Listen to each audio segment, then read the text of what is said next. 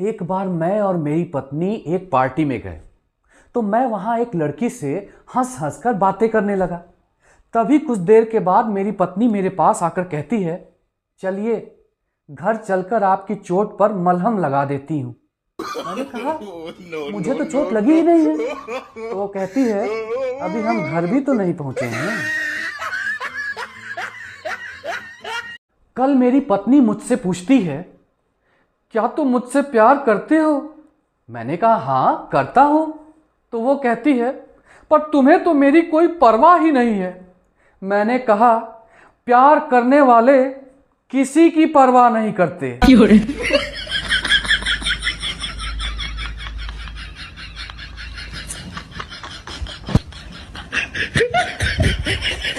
एक बार मेरी पत्नी 20-25 गोलगप्पे खाने के बाद मुझसे कहती है, सुनो जी 10 गोलगप्पे और खा लो।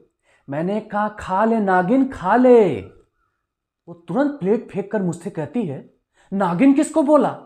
मैंने कहा, भगवान मैंने नागिन नहीं बोला, मैंने कहा नागिन गोलगप्पे, जितना मन करे उतना खा ले। ये पत्नियां भी ना मन की भी बात पढ़ लेती हैं। कल मेरी पत्नी ने नौकर को समझाते हुए कहा, देखो कभी कभी मैं गुस्से में कुछ ज़्यादा ही बोल जाती हूँ, तुम इस बात का ध्यान रखना और बुरा मत मानना। तो वो कहता है, मालकिन मैं आपके पति की तरह नहीं हूँ जो आपके ज़रूरत से ज़्यादा बोलने पर भी चुपचाप सुन लूँगा।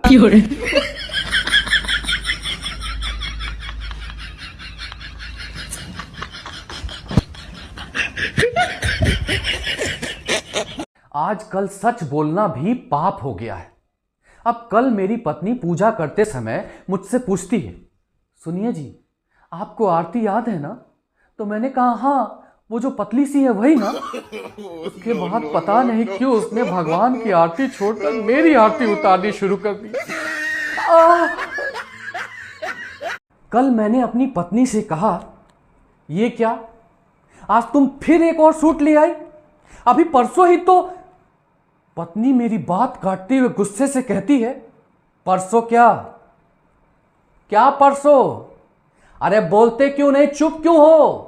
बोलो ना, परसों क्या? मैंने कहा, मैं तो ये कह रहा था कि तुम परसों भी एक ही सूट लाई थी और आज भी एक ही लाई हो। पगली, आज तो कम से कम 2 ले आती। मैं बस यही कह रहा था।